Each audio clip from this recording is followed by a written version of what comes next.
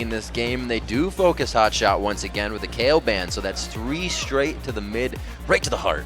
Even that, though we just saw Voyboy counter Yasuo so well with the Akali pick, since CLG doesn't really have Akali main, they're going to ban away that Yasuo. They don't really want to rely on that one. So you need Akali now to kill Yasuo? I don't know. It looked like the most effective counter that I've seen so far. When you get a Pantheon crush. And you have a Pantheon that worked really that comes well. and gives you the first kill. That's it gonna help a little bit. Always like a sporadic win wall. He's like, oh, here, oh my god, here, I'm running away. It's also, the one was backwards, so. Elise being picked up in the jungle for Meteos. He is going to absolutely love this pickup. Top tier jungler for him, and it's a fast 1-2 on Shyvana and Annie. Yeah, Elise been a popular jungler. He was one of his favorite junglers last season as well, so he's definitely very at home on this champion, even though he played by 2 times yesterday.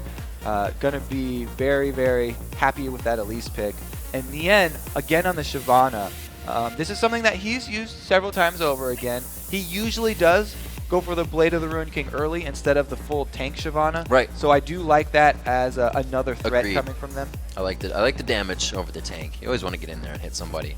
We do see that Gragas is still open as we go into picks and bans here. He's kind of been highly contested for the mid lane. He can definitely control the map, control objectives, control his lane by himself. This kind of glossed over this, but the last mid ban that was aimed at HotShot was actually HotShot's Kale, which is one of his sleeper champions. I thought it was a sleeper champion. I didn't want to give away, but they left open the Xerath. So wide out in the open. Xerath is open for him. This might be a bait into Xerath because Cloud9 are aware that everybody's aware that HotShot's been spamming those games in solo queue. It could either be a Xerath. There's so many things, like you said. Gragas is open. Very interested to see if they actually pick it up first or if they want to counter pick with HotShot, because both teams are saving their mid lane picks right now so that they can counter pick. CLG will have the last say because they do have last pick here. Yep. So if they want to just hold on to that pick for HotShot till the very last second, then they can wait and make High show what he's going to play. Pretty good team going out for CLG so far. The Shyvana, there's a nice little bit of mixed damage in there if they decide to go more AD for whatever lane, but really AP's left open here with the Kha'Zix, the Yasuo being banned out.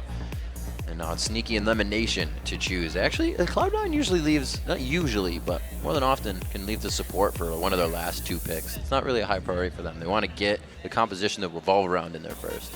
Yeah, Lemon probably will go with one of the popular ones like Leona or Thresh. But he could easily do something different and go with the...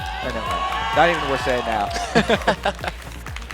Great mix of damage from that team. They have the potential of assassination largely coming in from Elise and Zed, and then rushdown and catch potential just still there from the rest. I find it really interesting that High and Bjergsen are the 2 players that are still playing Zed, and they are the 2 players that are kind of like the closest mid lane players. They play against each other a lot, and they're very open with each other, sharing a lot of strategies and advice with each other. So we'll have to see if High can pull off some of those similar moves to Bjergsen, because those were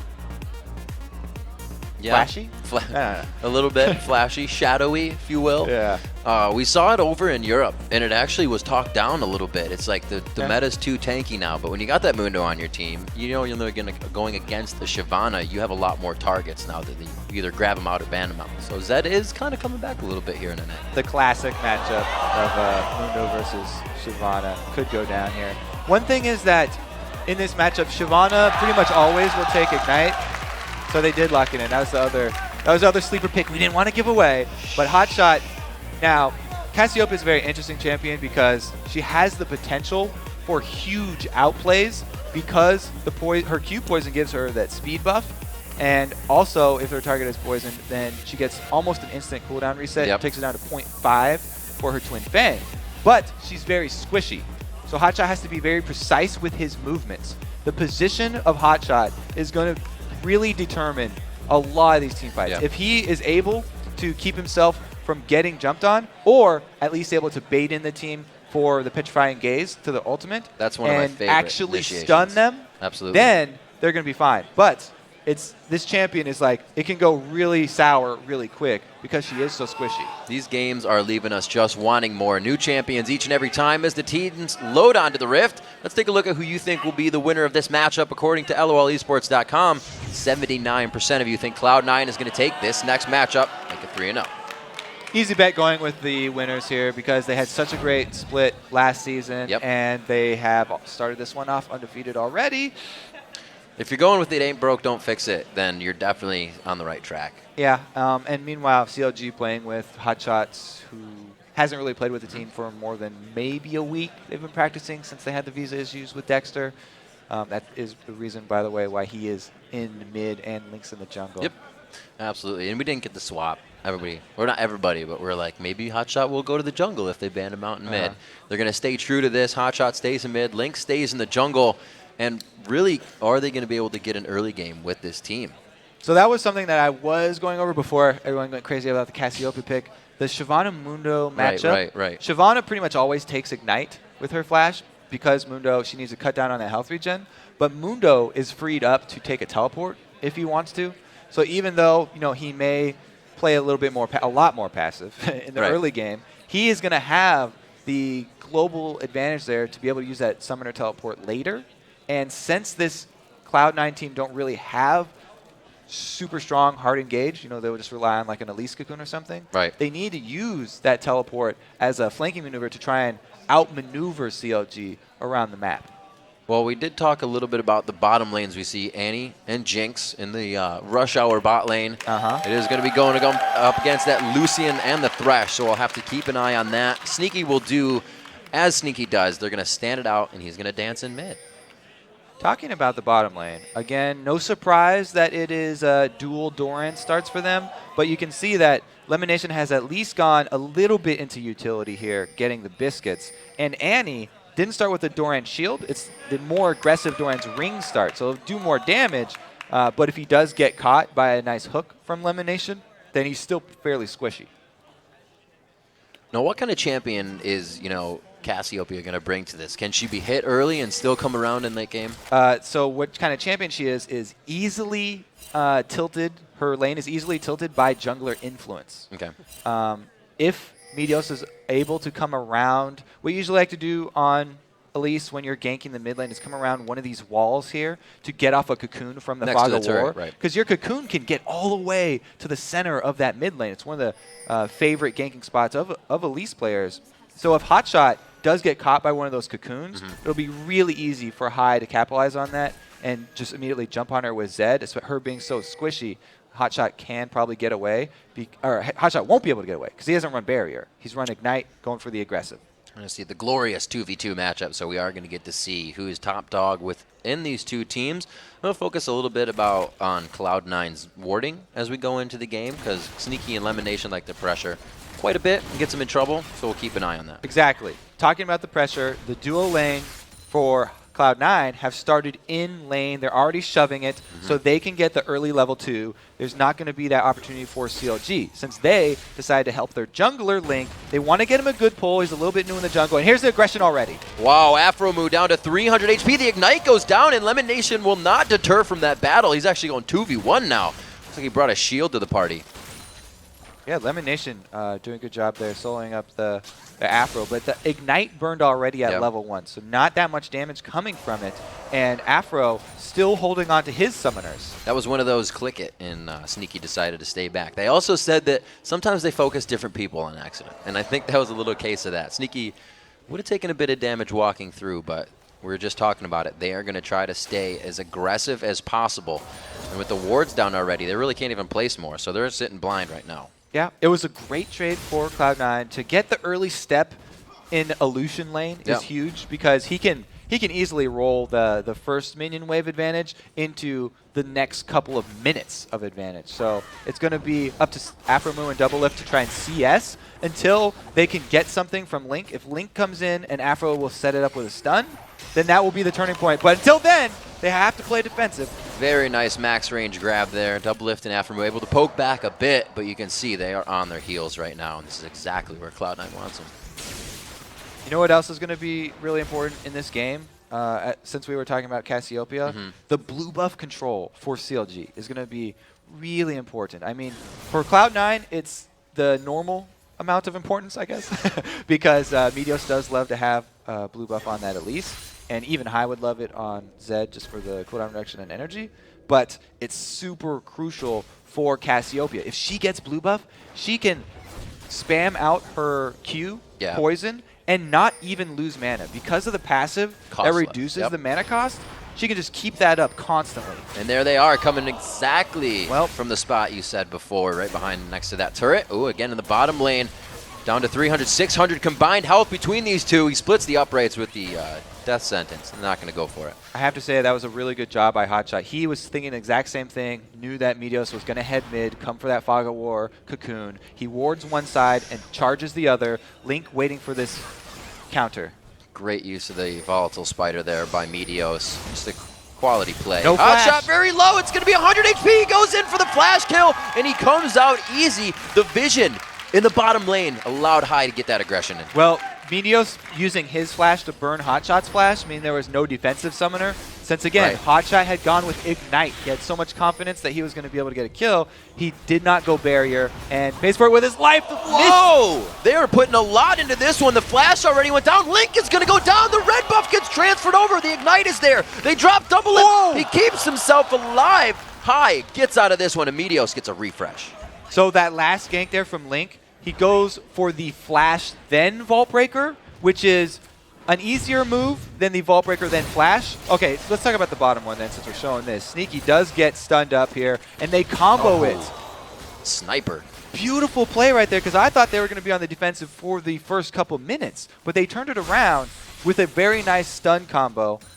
This is not the live patch. This is before the activation of the Flame Choppers was increased. Right.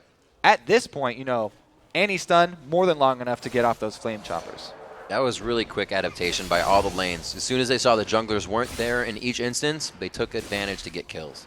Right. And, oh yeah, talking about the junglers, I was going to say, since Link is sort of new to the jungle, yes, very new to the jungle, he hasn't had that many games on Vi, and even people who have played Vi for a very long time don't have the confidence to do the Vault Breaker cast and then flash at the end, because you'll lose a little bit of distance, and a lot of people just go with the flash and then Vault Breaker because it's very fast too, but he barely missed that one. So High was able to get out, as you saw, with maybe under 50 HP. Meteos going for pretty hefty damage as he goes Sork Boots first before even getting the stone in. Pretty aggressive by these guys. Level they want 6, to get their level kills. 6. There it is onto HotShot. Don't know if he's going to have the full damage necessary. His Ignite is down, but he's going to want him out of lane anyways.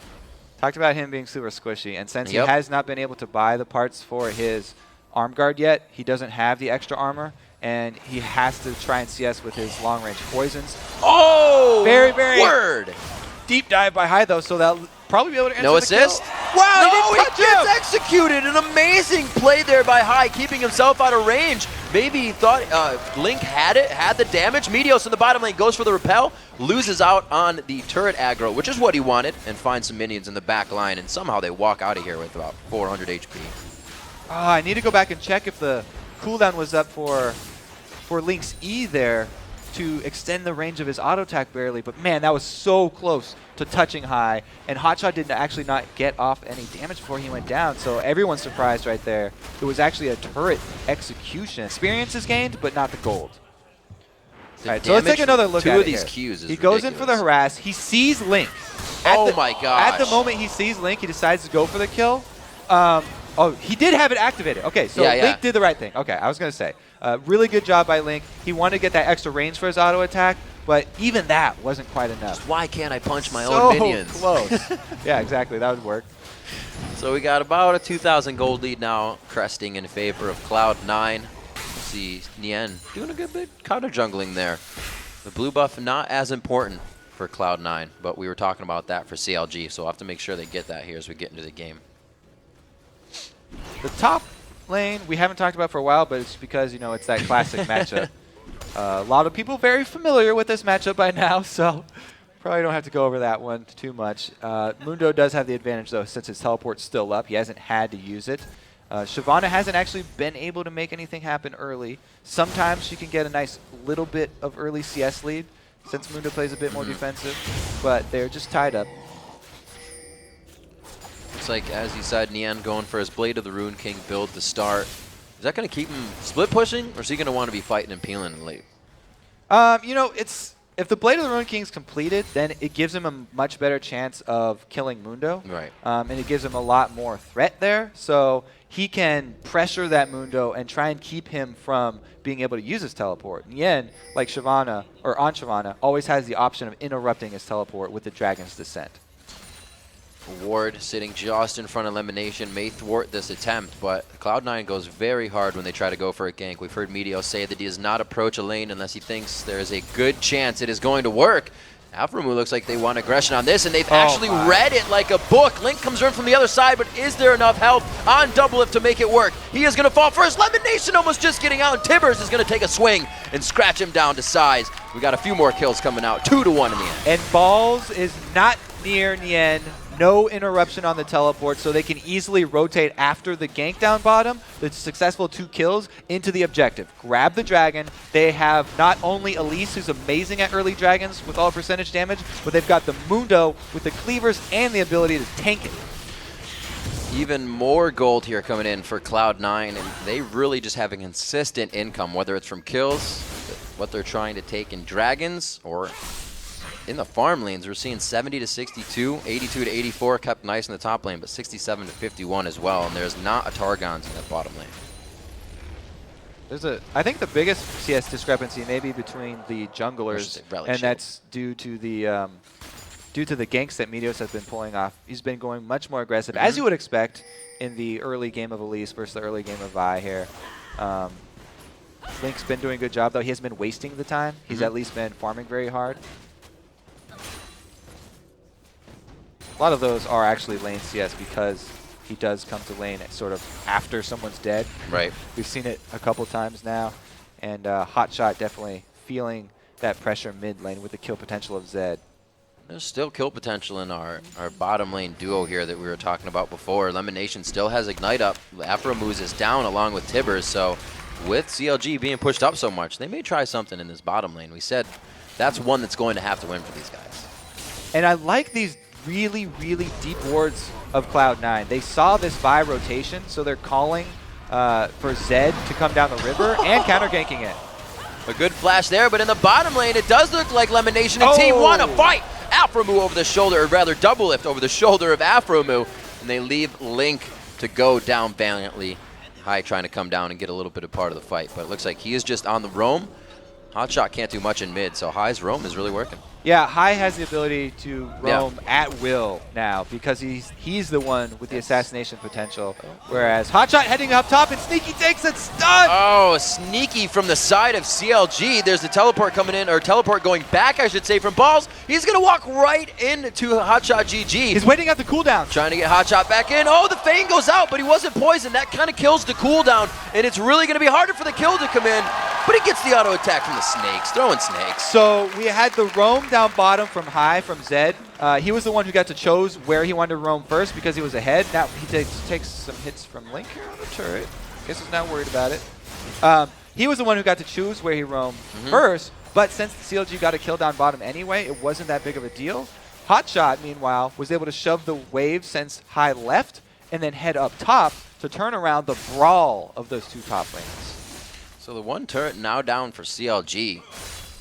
Should be working in their favor if they can start to move and transition a little bit better. That's what we said was really their strength in their last game. To transition as a team, it wasn't so much the mechanics. Right, and it seems like they definitely are more on the back foot this game. Like I said, High is the one making the initial rotation down bottom, and then HotShot's just trying to answer, left with only the option for going top. It did work out though, so it was a good move by him to shove that wave in and answer with another kill. They're still down from that objective though, since the Mundo used his teleport to grab Dragon.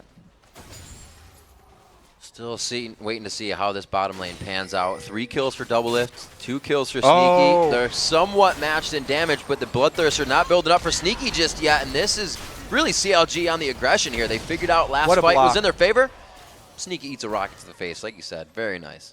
Aphro is getting so close for that stun, but because all the damage from the rocket execute was blocked by Sneaky, they didn't want to overextend. There's just so much good pink ward coverage from Cloud9 in the bottom that CLG have to be very careful about overextending down there because they've been counter-ganked twice by Meteos in the bottom lane. Well, we thought it would have been HotShot, right? They focus HotShot in a ton of bans, but they leave him up to just play on Cassiopeia. It's only been really high that's trying to put the pressure on him. So yeah, they got the early kills on him. Right. Meteos definitely had the early plan that we talked about, where he comes in with the leads from the side for the cocoon, and that got high the initial lead. Yeah. But HotShot, it's good that you mentioned him again. He stayed in this. His CS has not suffered as much as you might think in a lane where there's so much kill potential for Zed, because she can CS from afar with the poison. HotShot really, the only thing that he's been suffering is that High gets the roam first, and he has to answer. And Link, what is it really the reason that Link just is focusing bottom because Meteos is now that he can't give HotShot help? Because we said that's a jungler tilted lane when it comes to it. Well, we talked about in the video, before this, the bottom lane are hotly so contested, important for both of these teams. That a lot of pressure coming out the stun combo again. LemonNation always on the front. Didn't quite get as far as he did out of that one, and it was really just a quick kill. Doublelift is grabbing these up. Actually, that went to Vi. I think if the live balance team needs an explanation for the balance changes that they gave to Annie and Jinx, then that clip right there is exactly what they'll show.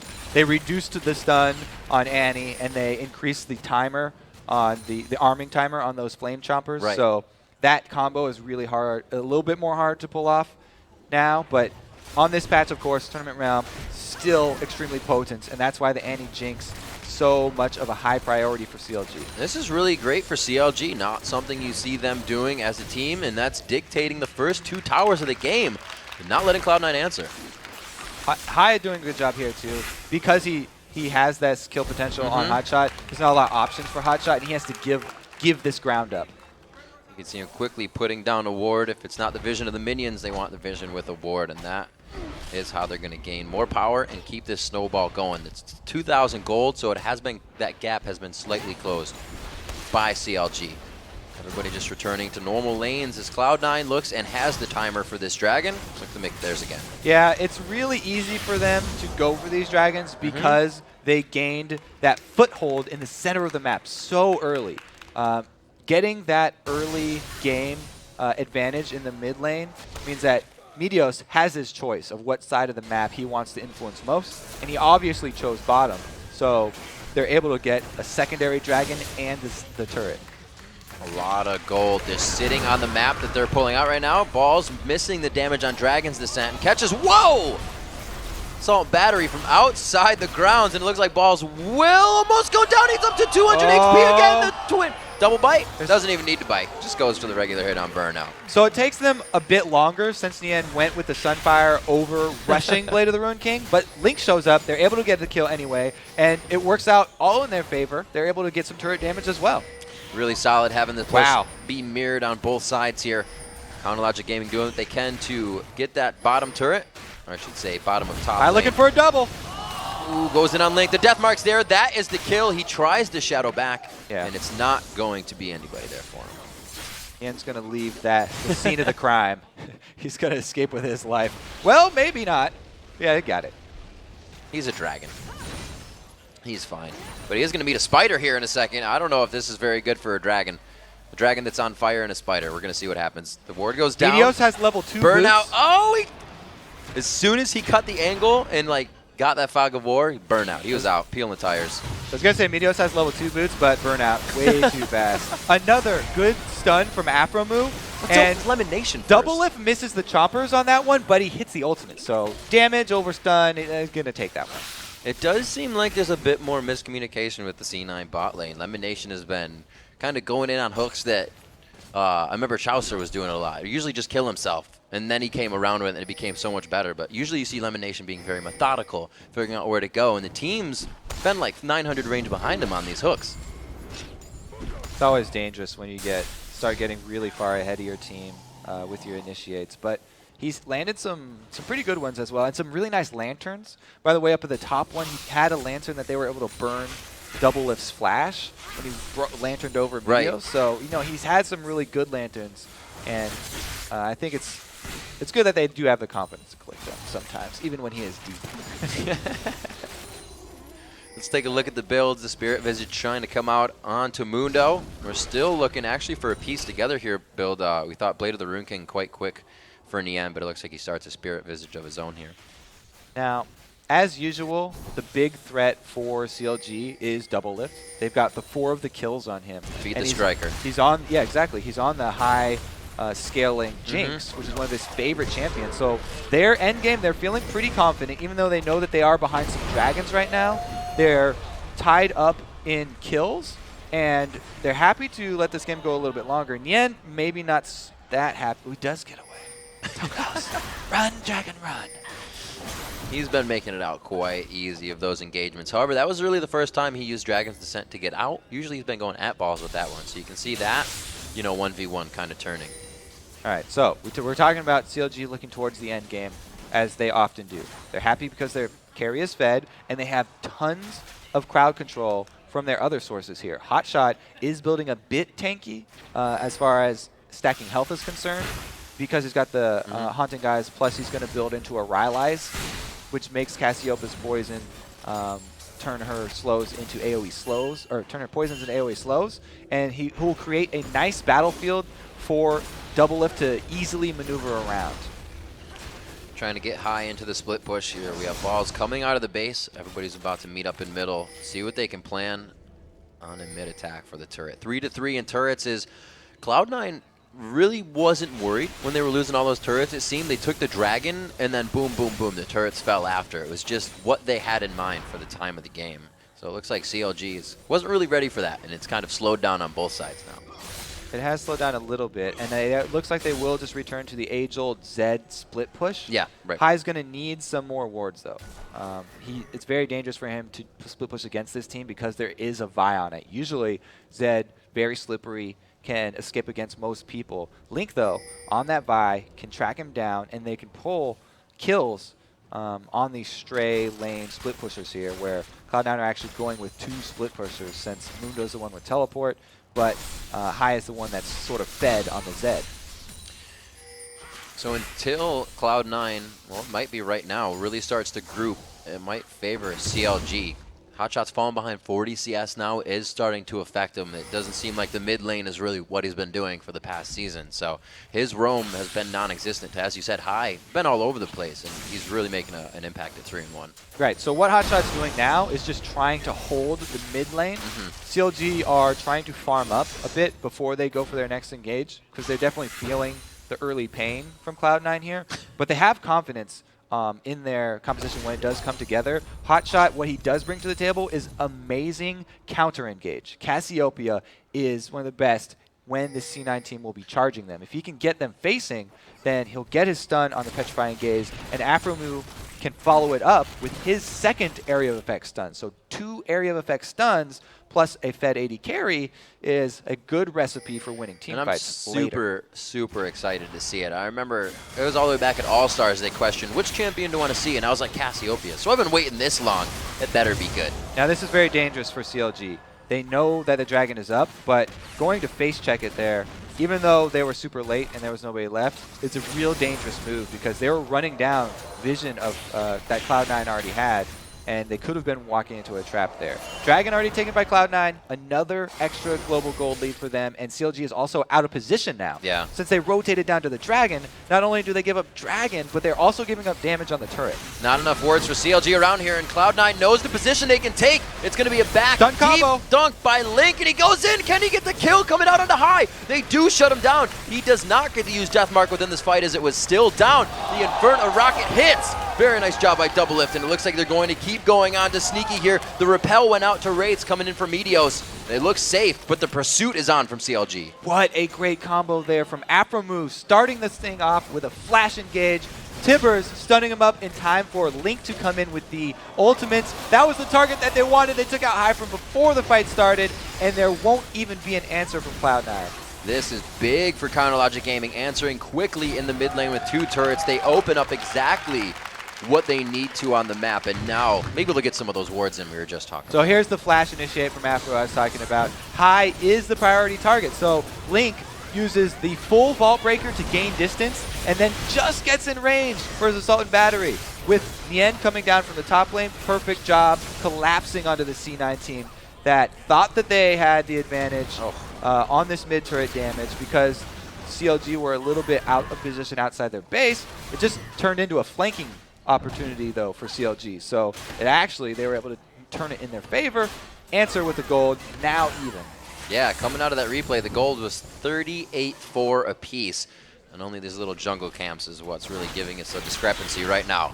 3-5 in turrets. CLG with that big 2 push in mid can definitely make that an inhibitor turret. They can get another fight like that. And it wasn't too bad of a fight. They were initially out of position and made it work for themselves. Yeah, right. What I was talking about in the Champion Select with the Cloud9 team lacking really strong hard engage means that in the late game here, they have to rely on the map movements of the Teleport Mundo and catching people out with their very strong Assassin Zed. So if they aren't able to do that, where they were cornered in that mid lane, CLG, they're the ones with the double AoE stuns and then the single target buy to pick off the priority target.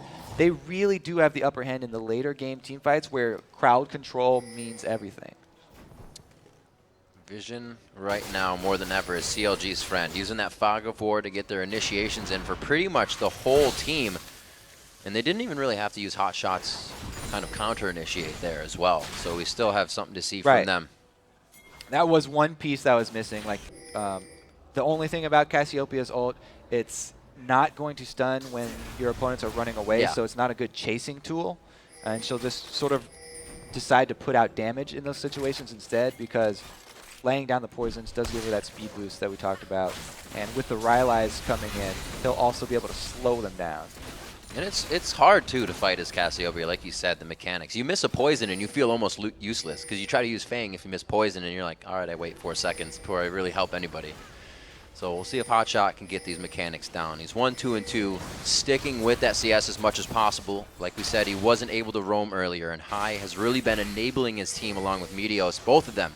3 kills on the match, and the team's behind them right now to keep it going. The reason that the match is going this way right now is because, like we talked about, CLG are the ones who have the hard initiation in their hands. So whenever they run into this C9 team, C9 split, and you can see them scatter. What they're looking for, oh wow, the split push is working. What they're looking for, though, is to bait out the area of effect stuns from CLG on just one person. So that's why everybody just immediately splits as soon as they see them. Trying to buy time for the split push right now is really working, because CLG are not making the decisive call. It's good damage back and forth just between Link and Balls here. You can see in the pip, a lot of damage, in that inhibitor turret will go down. Cloud9 grabs a huge movement here on the bottom lane, and it looks like CLG will start to revert. They're going to try to force it down middle. Nien tries to go in. The HP bars looks like it's going to be in favor of Nien, but Hai playing it well, and he has the damage to take out Nien almost.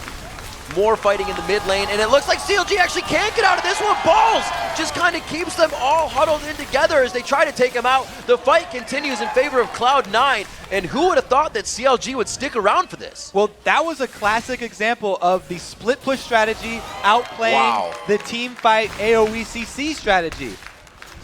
Really well played by Cloud9. I said that they didn't want to team fight the CLG because of those stuns, and they really just pulled it off right there, buying time for Hai to get that turret, and then also he was able to fight Nien back into his own fountain. With 4, that was kind of risky to keep fighting that with 4. So this is where Hai is able to fight Nien into his back fountain. It's because he's waiting for his energy right now. He can finish up this inhibitor, and then he goes for the burst onto Nien. Gets him pretty low, but he's not able to survive, so never mind about that fighting him back into the fountain. He just respawned. He went down. He went down in a flurry of other kills. Yeah.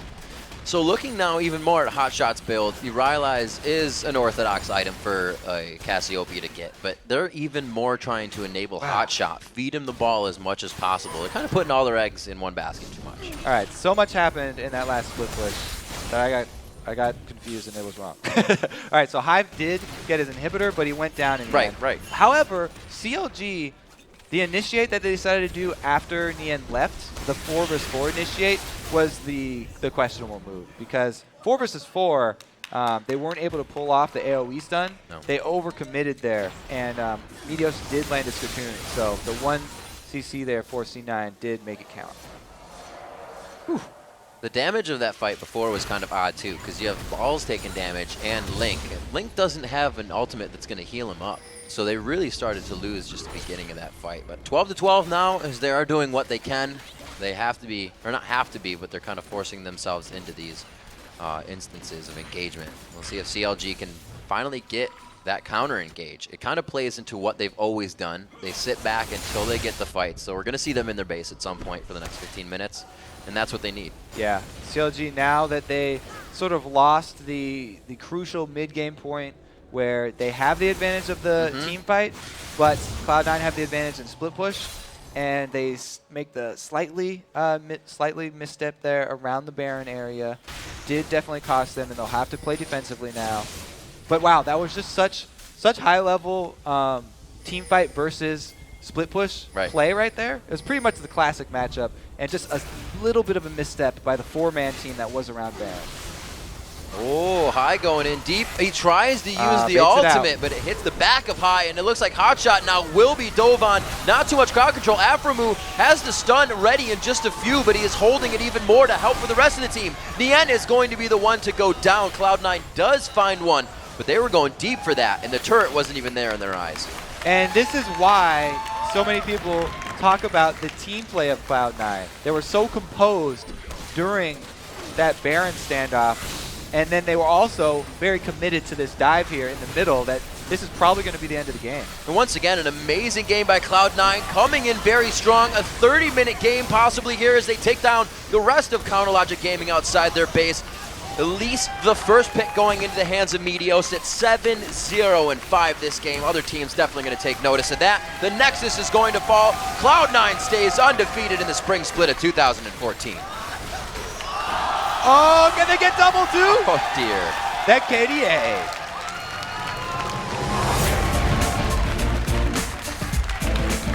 Once again, bringing out a little bit of versatility. New champions around the map. Nothing super new to see, but they didn't use the same. It wasn't anything new. This was actually something very old. This was what was so popular during Season 3. Right. All these teams were defeating area of effect team fighting compositions with split pushing. That's exactly what Cloud9 went back to, and they pulled it off really well, even if I wasn't able to keep track of what was. Great mention, though, in the early game, on the blue buff, the help that went to Link, maybe for being a new jungler, maybe because he wanted a little bit more help to get to top lane. But as you said, as we mentioned, the aggression that LemonNation and Sneaky put out more than they used to gave them the first push and the fast level 2, and they really worked that lane well with Meteos. Definitely impressed with the coordination there from Cloud9. We know around the Baron, like CLG had the upper hand for all the mid fighting. And you can see when they ran at Cloud9, they separated just enough not to get caught. Right. It's something in solo queue where you're like, okay, I'm going to split push. Don't get caught, guys. Someone always gets caught. Cloud9, this is not solo queue.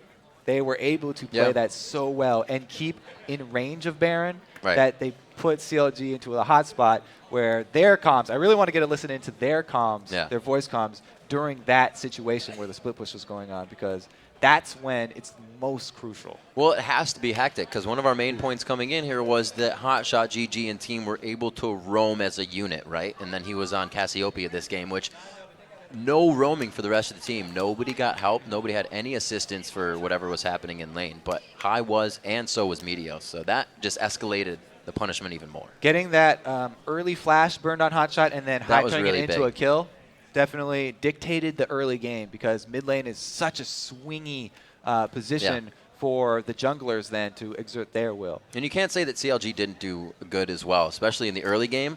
They got that kill. As soon as they killed HotShot in the middle, Doublelift and Aphromoo said, we got to take matters into our own hands, and they started picking up a few back and forth kills. But overall, Cloud9 just stops that at some point. Doesn't let you get the comeback. A really good answer chaining those CCs. Yeah, they did. We got to take we got to go.